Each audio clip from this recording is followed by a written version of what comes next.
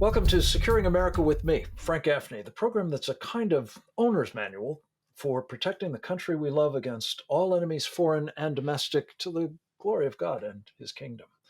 A program that has been devoted to exposing brilliantly the most mortal threat this country has ever faced is called China Uncensored. Its on-camera presence and grand poobah is one of our guests, I'm pleased to say. His name is Chris Chappell. He is very clever and I think exceedingly effective presenter of the information developed by his team, a member of which is Shelley Zhang. She is a writer for China Uncensored and is instrumental in the research that is put forward with great regularity by China Uncensored on a whole host of topics. And I think the way that it is done, the extent to which it can capture the audience's imagination, as well as inform them of both the dangers, as I say, and the opportunities, makes this an extraordinary asset in the fight against Chinese communism. And we're delighted to have both Chris Chappell and Shelley Zhang with us here.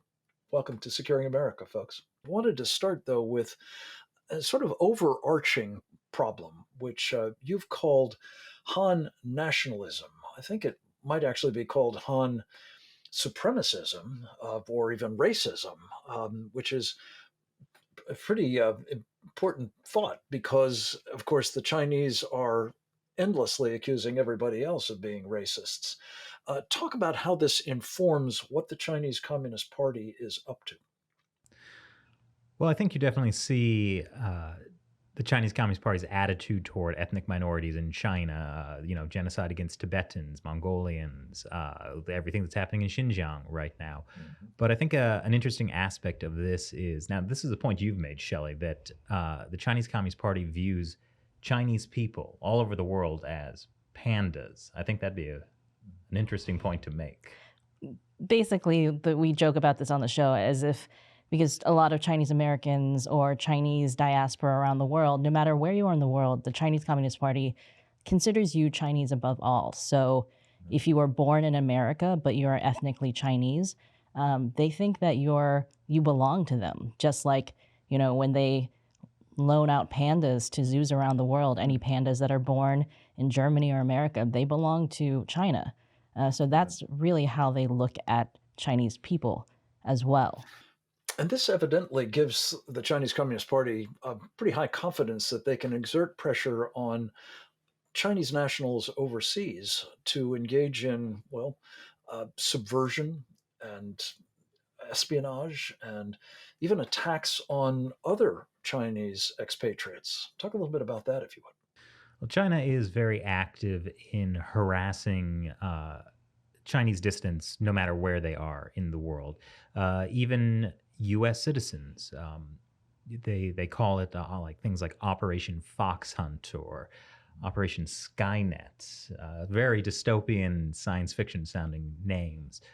But basically they get, through their Ministry of State Security, they get people involved with harassing Americans on behalf of China's MSS, Ministry of State Security. And yeah, I think that, I've known a lot of Chinese dissidents over the years, and there is always the fear or the understanding that they are being watched by the Chinese state, and that there might even be people who are spying from within people and, Chinese diaspora people and people who, Uyghurs, Tibetans, like people who they consider to belong to them are always the first target.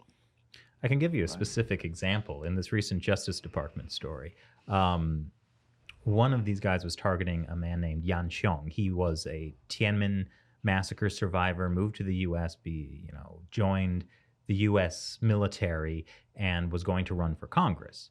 Now, I don't know what his chances were, but the Justice Department found that this one guy was hired a private investigator and was suggesting things like, maybe like in an effort to discredit him, maybe we could hire a prostitute and get him trapped in like a honey trap, Or what if he had a car accident? Yeah, we could always beat him up, right? There's Yeah. just like very kind of thuggish ways to try to interfere in American democracy. And the Justice Department is framing this as, undermining America, because this is a man who is running for Congress. They are trying to interfere in the American electoral system.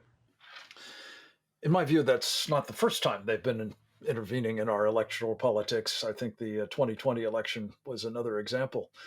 But speaking of owning people, I want to talk to you a little bit about this phenomenon of elite capture, as the Chinese communists call it.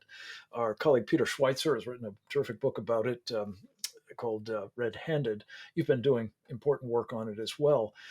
But we've watched as they have suborned and otherwise become deeply controlling of American businessmen, people in the media, people in the cultural institutions, academia, and not least our political affairs. Talk about what that has translated into in terms of power for the Chinese Communist Party. Well, I think it's important for your viewers to understand that the Chinese Communist Party considers itself at war with the United States. This is something they openly talk about in their internal documents. But this is not a kinetic warfare yet, obviously. But they're very active in subverting American institutions. For instance, there was the whole scandal involving what was going on with Hunter Biden and his business dealings in China as well as Ukraine. But then there are It's other still developing story, I might add. I think you and we will both be covering it intensively in the days ahead. Now that we can acknowledge it's real, yes. Now that it's real. But then there's also issues like what kind of relationship does Google and YouTube have with China? We often struggle with demonetization on our show because of, YouTube will never really say why. They're like, for instance, our coverage of the Hong Kong protests. Pretty much everything was demonetized. Well, yes, just, we were in Hong Kong covering the protests, getting teary-assed along with all the protesters. And, YouTube was demonetizing pretty much all of our coverage of Hong Kong. And they weren't doing this for, CNN. But it made it very challenging to cover that kind of a story because, if the show doesn't make money, then that essentially would shut down China Uncensored, and we would lose this voice about what the Chinese Communist Party is doing around the world. Well, I assume the reason that CNN was not similarly inconvenienced was that they're more or less towing the party line, of course. Speaking of elite capture, to the extent that that's a thing, talk a little bit about the extent to which the Chinese Communist Party believes that it has deeply compromised Joe Biden. We've been talking about Hunter Biden's laptop, and perhaps even actually owns the president of the United States. Well, the horrible thing about elite capture is it's so pervasive that even if there's like a hint of it, it tears American society apart because we can't be sure what's really going on behind the scenes. Now, to give credit where credit's due, the Biden administration has taken some good steps on China. They've shown support for Taiwan. They're carrying on a lot of the sanctions, the economic sanctions. They've also sanctioned Chinese officials. I hate to break up a bit of good news. Hopefully we'll have some more of it. We are going to come back on the other side of a very short break with Chris Chappell and Shelley Zhang of China Uncensored and more on their important work right after this.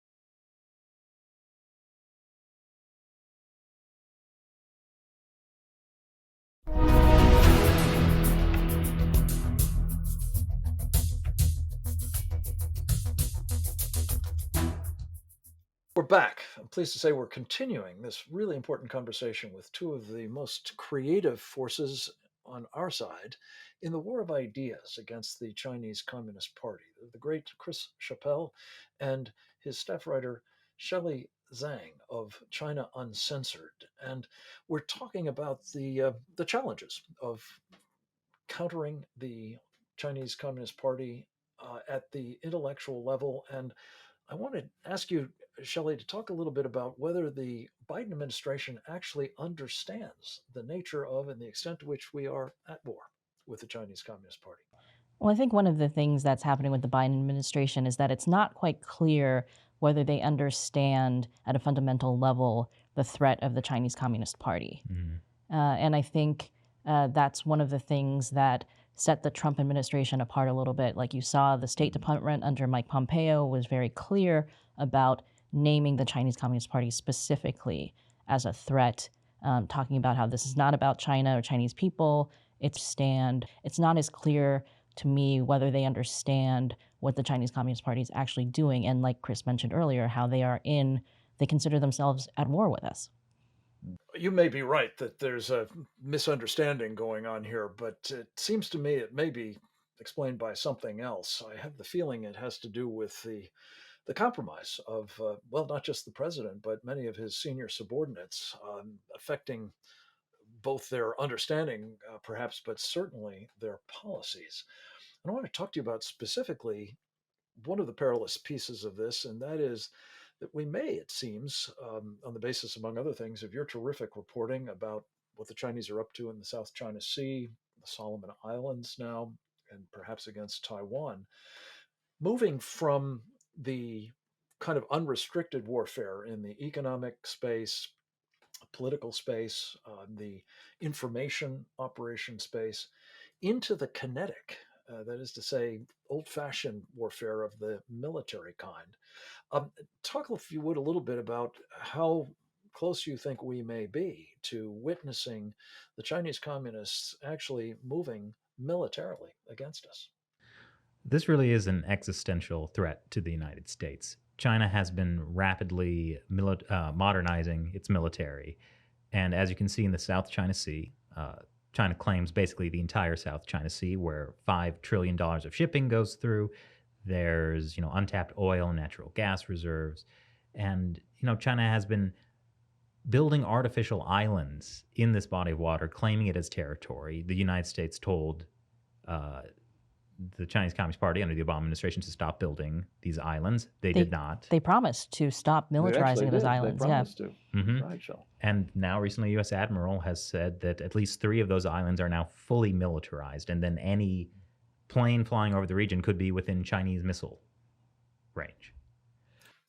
Anti-aircraft missiles, that is, of course.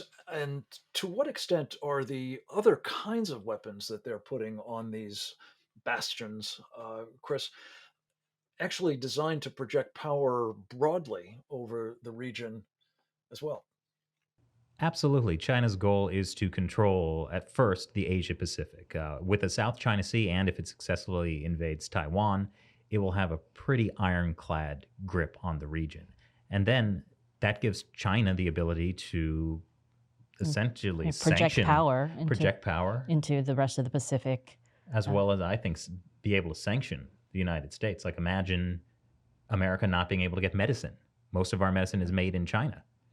I mean, one of the things that you mentioned, the Solomon Islands, there's a lot of concern right now over China having this secret security pact with the Solomon Islands that might get them a military base in the Solomon Islands. And it's one of those things that seems easy to dismiss because you can say, oh, well, they're not going to do that. Like, that's too extreme. But as we can see with what's happened in the South China Sea, they will take decades, if necessary, to slowly build up their strength in an area. And if they get a military base in the South Pacific, that's a way to cut off Australia from the U.S. It is a way to cut off shipping. It is a way to cut off trade. If it came down to kinetic warfare, they could isolate Australia. So this is pretty dangerous, and it's something that when you talk about it, it seems extreme maybe to people who aren't really paying attention to how quickly this can happen and what they're doing, but it's important to pay attention to. Let me round this point out a little bit further because it seems increasingly the Chinese are interested in projecting power far beyond the Western Pacific. Specifically, you've done a very important program about what inroads they're making in China at the moment. Talk, if you would, about the Belt and Road Initiative, of which Africa is, of course, a very important part. Um, are we seeing them putting in place infrastructure and other capabilities that will enable them, in fact, to project power globally? Well, essentially, we're in another Cold War, and we see the world beginning to divide into two camps.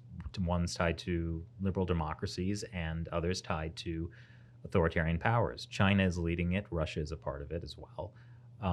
But China is essentially using the Belt and Road, promising infrastructure investment in developing countries, particularly in Africa, as a way to essentially buy them off to get them on their side in things like the United Nations.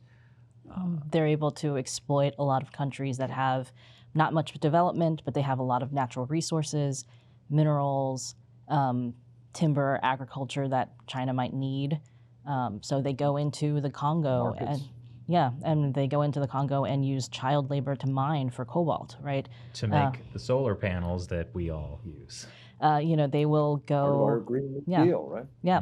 And I think the thing is that, like, we think of, in the West, we think of imperialism or nationalism as things that only the West can do in a way. Like, we don't pay attention to what the Chinese Communist Party is doing. People in Africa have called it a new kind of colonialism. And it is something, So. We were just talking about the Solomon Islands. This is exactly what they've done in the Solomon Islands, which is, exploit their natural resources, bring in Chinese companies, bring in Chinese labor, so even the local economy can't benefit from what they're doing. Right. And, we see in Africa places like Djibouti, where they now have their first military base. It's an official military base outside of China, and recently... Adjacent to one of ours, interestingly enough. Let me ask you about this phenomenon of the payday loans that are used to, well, effectively, I think, enslave the people who are making these, in some cases, extremely important strategic areas and resources available to the Chinese Communist Party. I mean, you just have to look at what happened with Sri Lanka with their, they could not pay back the loans, and they essentially had to give up a port to a 99-year lease to the Chinese Communist Party. Which could be another military base down the line for China. In fact, I've been told that an entire state of South Africa has been turned over to them for 99 years on this basis. Let me turn, in closing, to one last topic that you have been doing some tremendous reporting on. The use by the Chinese Communist Party of the so-called COVID-19 pandemic. I'm interested in your assessment of the extent to which the Chinese have been able to turn this to advantage to them and obviously to the great detriment of others, as one might think of it as a sort of biological warfare attack from them would do. Do you think that they have on net advantaged themselves from it, and to what extent? Well, the coronavirus definitely gave us proof of just how much power the Chinese Communist Party has over global medical supplies. They covered up the virus to hoard medical supplies. They nationalized U.S. companies in China, like 3M, basically preventing them from exporting PPEs to the United States. Chris, my apologies. I've asked you a question that requires a long answer, and we don't have time for it today. We're going to have you back to get into this in much greater detail. I appreciate so much your time and all the work that you and Shelley do with your team at China Uncensored. I look forward to a visit with you very soon. Next up, we're going to talk with Salih Hudayar, a Uyghur activist and patriot, about what the Chinese Communist Party is doing to his people. Right after this.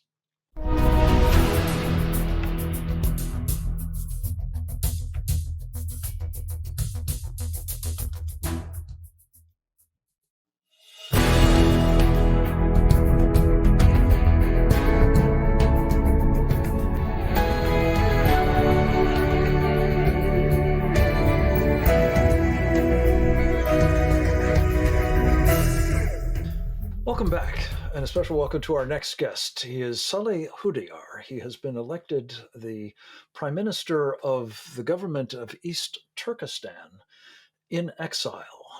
East Turkestan is also known by the Chinese communists as Xinjiang, and it is a place where the Uyghurs and other ethnic Turkish minorities of the Muslim faith are being brutally, genocidally oppressed by the Chinese Communist Party.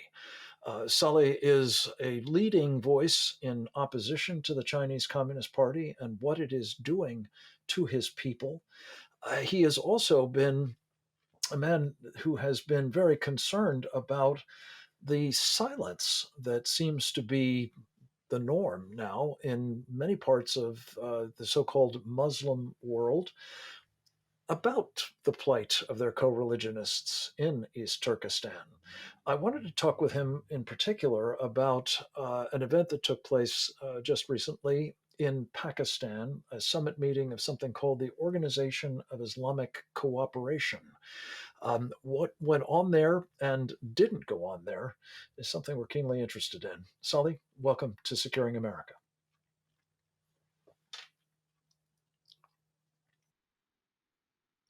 Thank you for having me, Frank. The OIC, or the Organization for Islamic Cooperation, is an international, collective body of Muslim governments or countries with the aim of, speaking out and addressing, the issues of Muslims across the world.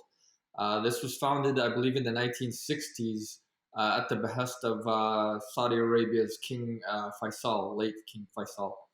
However, the OIC at this latest summit and previous, summits, they have always raised the issue of Muslims in, Palestine, Muslims in Syria and Afghanistan and Iraq, even in Kashmir, but always been silent on the Muslims of East Turkestan, the Uyghurs and other Turkic peoples.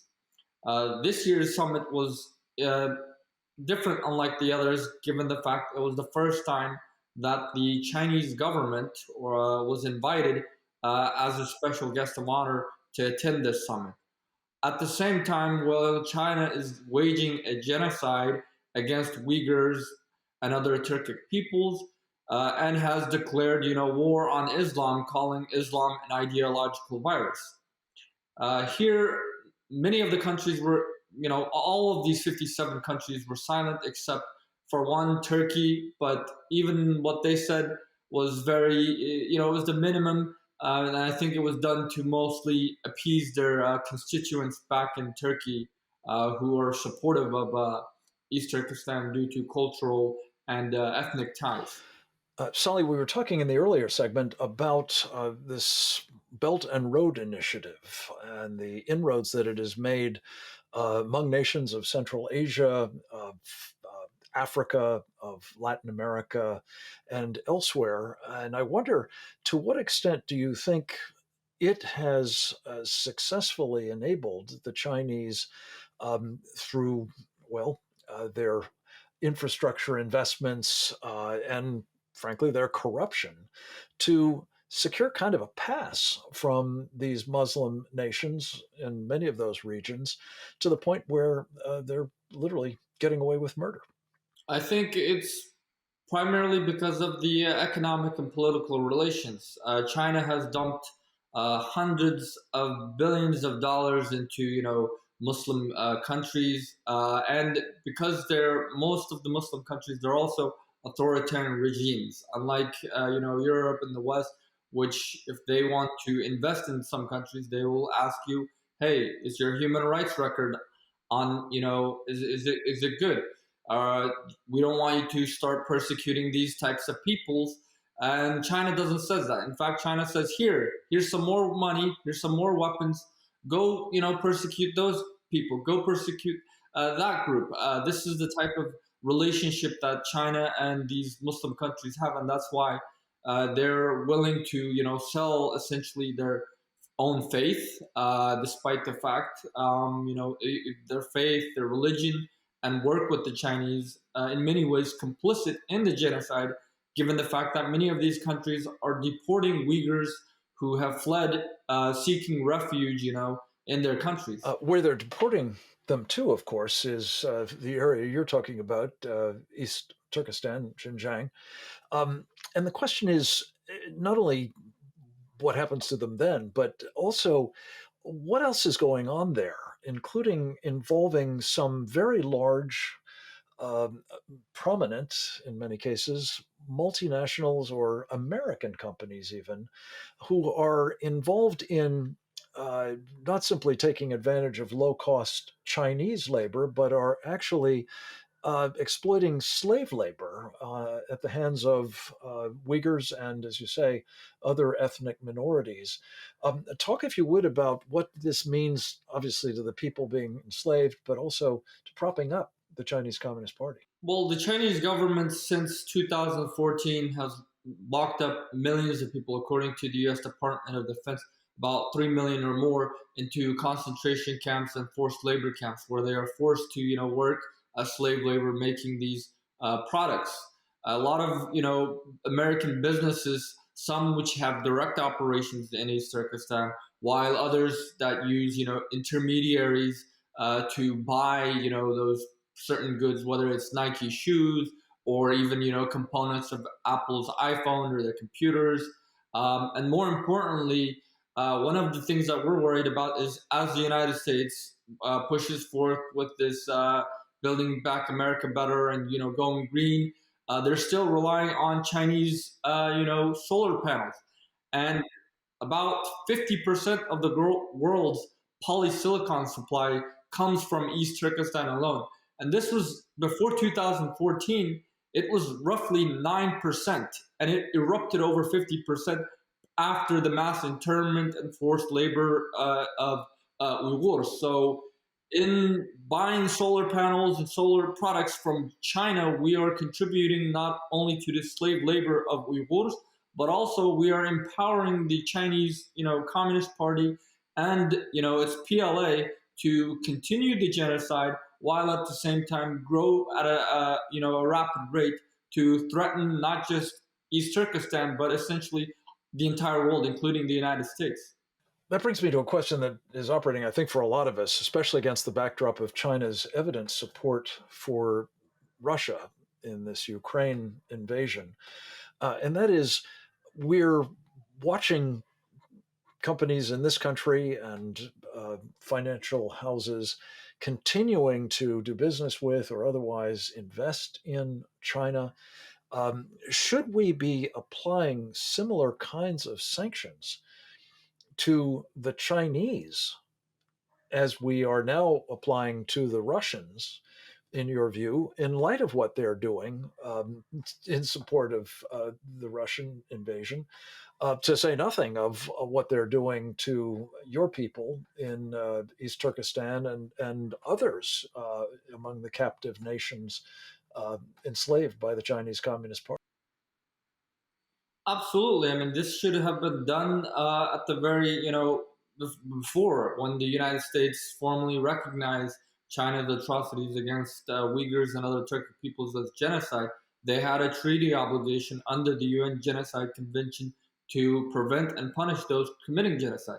And this is the least thing that needed to be happened. And it's still not too late today to, sanction, these Chinese companies, these Chinese officials, and ensure that we're not helping China contribute, continue the genocide, nor are we helping China contribute to this, expansionist, this expansionism that it's undertaking.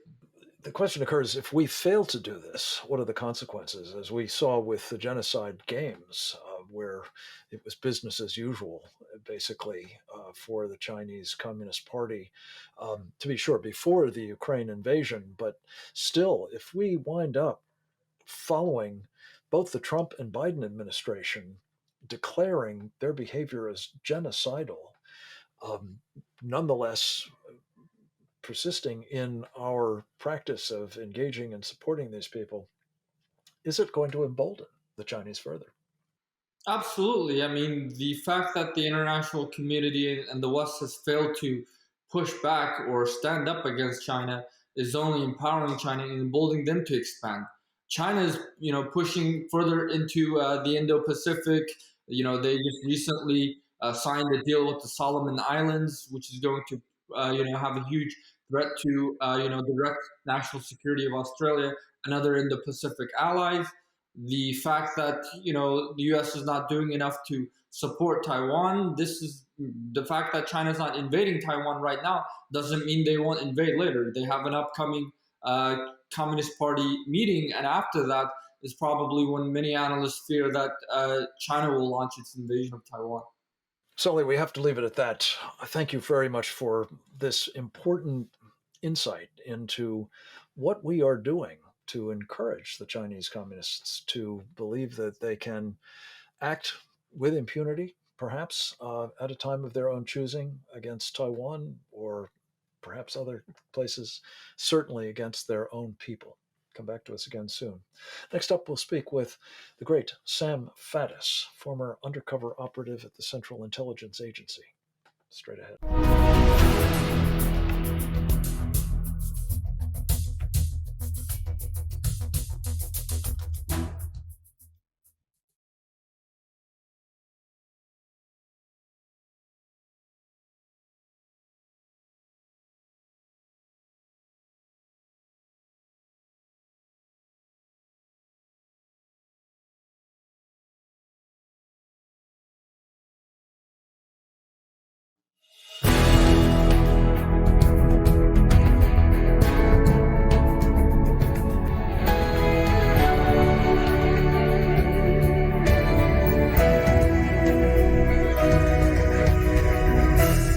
Welcome back, and a special welcome to Sam Faddis, one of our regulars here at Securing America. I'm very pleased to say he's a former career undercover operative for the Central Intelligence Agency. He has served in a number of other capacities as well, and as the uniform of the United States Army as an assistant attorney general in the state of Washington. He has been a candidate for Congress, an author of fiction and nonfiction works, including Beyond Repair, The Decline and Fall of the Central Intelligence Agency.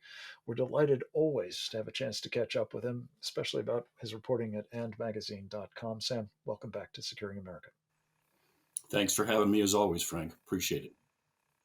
Sam, I'd like to start with a phenomenon that we discussed earlier with Chris Chappell, the Chinese call elite capture. You've done a tremendous amount of reporting on this at andmagazine.com, also at accountabilityinitiative.org.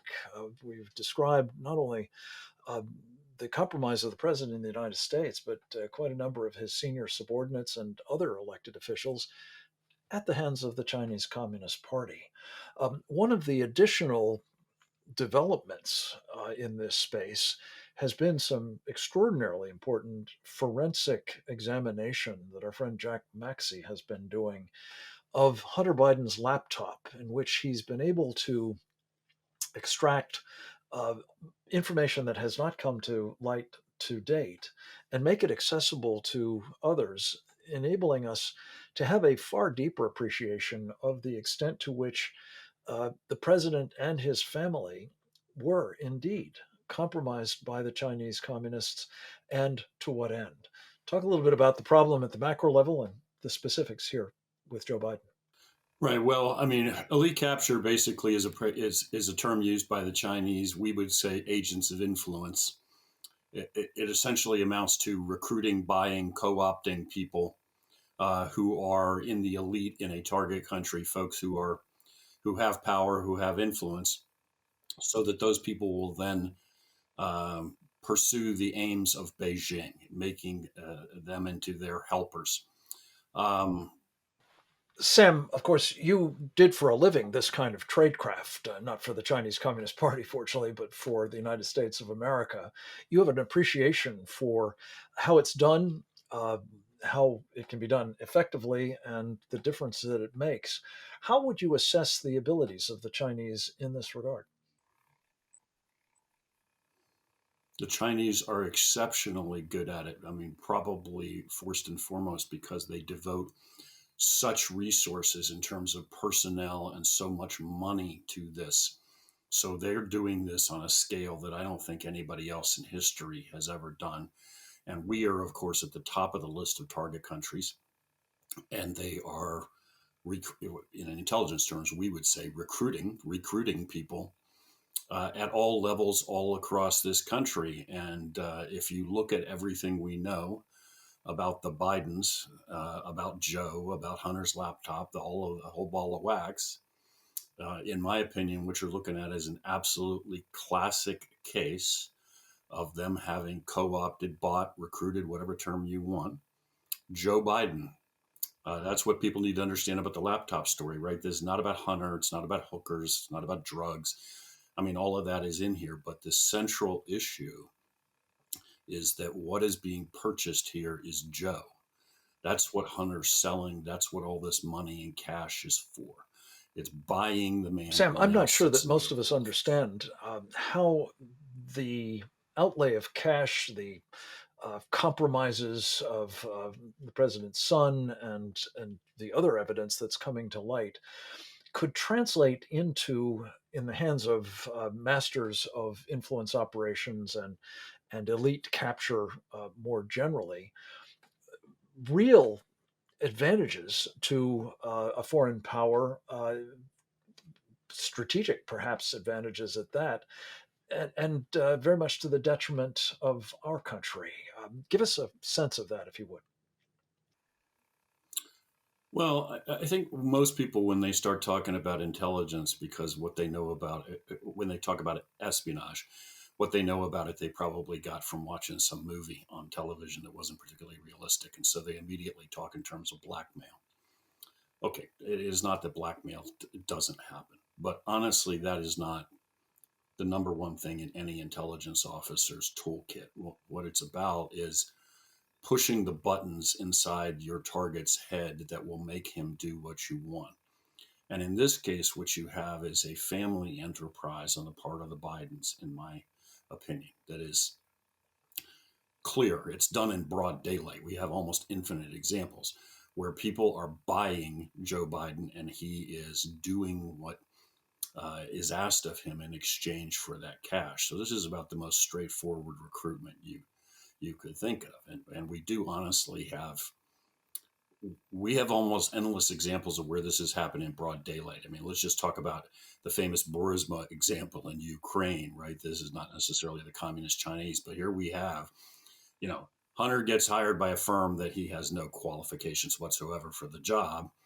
And Joe jumps on Air Force Two and flies to the Ukraine and tells the Ukrainian government straight up, either knock off the investigation of this company or I withhold all U.S. aid to your country. Right there. He brags about it on tape. You can watch it online. Right there, you want to know how this works? That's exactly how this works. Somebody pays, Joe takes some action for him. What I'm interested in, Sam, is how this is translating, perhaps as we speak, into real benefit to the Chinese Communist Party. Could you give us an example of, recent accomplishments in this regard? Afghanistan comes to mind as a prime example. How have the Chinese translated that concession or defeat by Joe Biden into real material advantage to them? I think even just to list all the things that have happened already in this administration that have benefited the Chinese would probably take the rest of the show, wouldn't it, Frank? I mean, everything this guy has done since he sat down in the Oval Office has benefited the Chinese. He's given them Afghanistan. They're sitting on our old air base at Bagram. He's destroyed our energy. Lithium, not the least of those benefits. Sam, we have to take a very short break. When we come back, I want to drill down with you on some other things that are happening in Afghanistan that are also deeply problematic for the United States. That more with Sam right after this.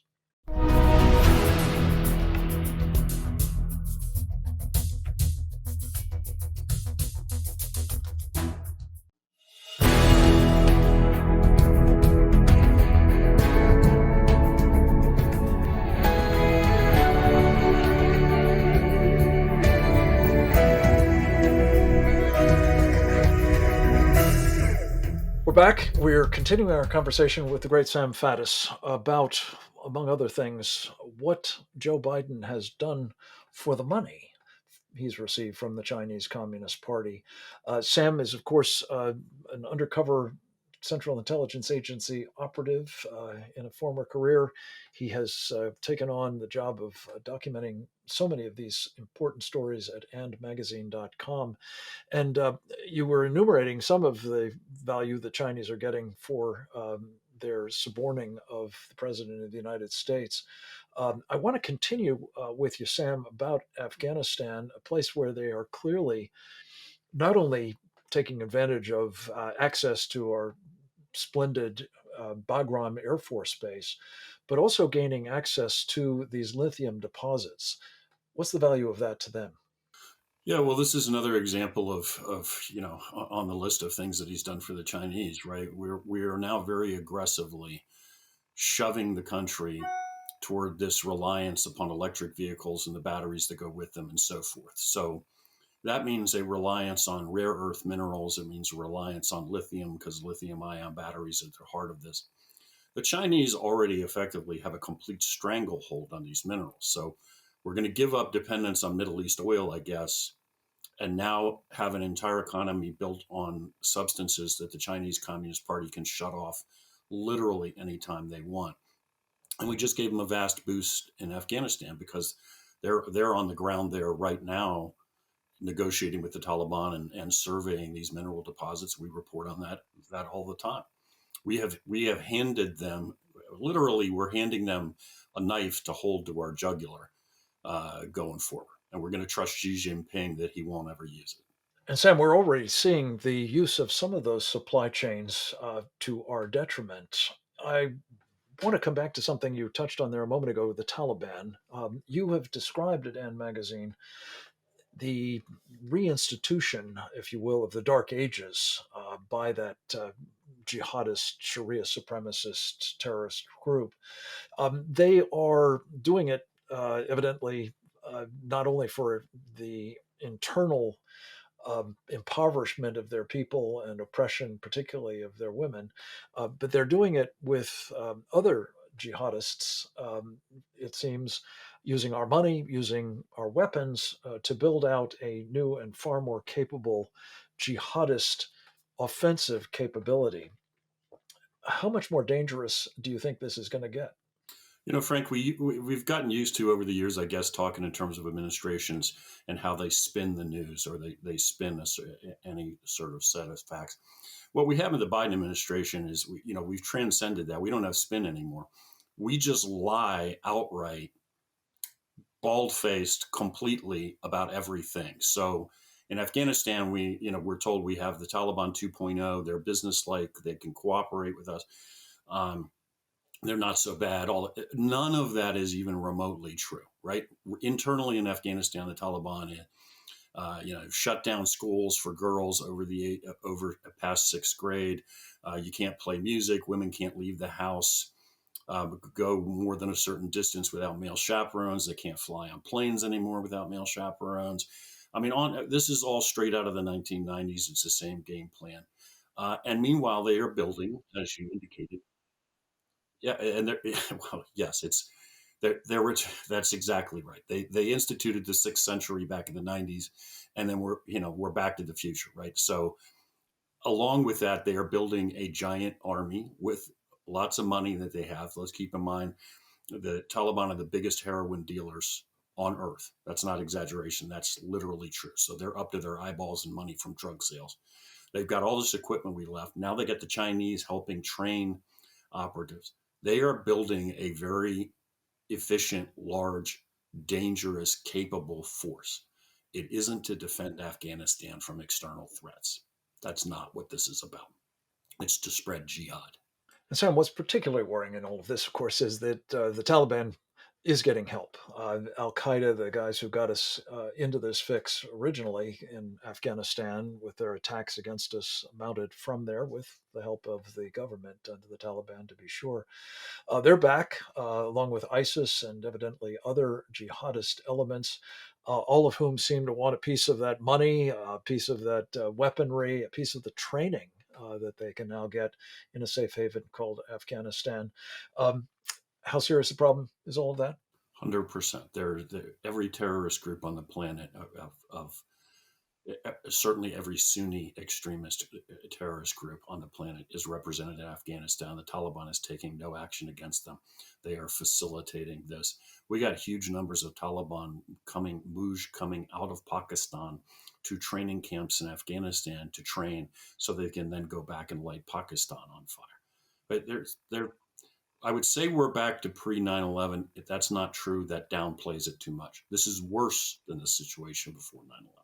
Sam, there's another problem that's getting incredibly very little attention, it seems to me, and that is something that the Biden administration also did as part of its appalling surrender of Afghanistan, which is to import, by some estimates, 100, 125,000, mostly military age young men. Some of them seemingly Taliban or perhaps other jihadists. They are now being disseminated all over this country in communities large and small. They are presumably going to be taking up arms at some point against us from inside the United States, a problem that would make what we faced on 9/11 pale by comparison, would it not? What is your sense of the magnitude of this particular danger? Well, again, everything that the administration has told us about this is a lie. I'm sorry. That's the God's honest truth. I mean, no meaningful background checks of any kind were done on most of these people because there's no way on earth to do such checks. Against what records in the midst of this crisis did you check the bona fides? You have no idea who you threw on the plane and flew over here. And then since then, you've just let them walk off these military bases. What the guards, not the Sam, we're hard out of time. We're going to come back to you next week for more. Thanks for your visit with us today. And thanks to the rest of you for joining us for this edition of Securing America. I hope you feel better equipped to do just that and that you'll learn more about what you can do at securingamerica.tv and then go forth and multiply.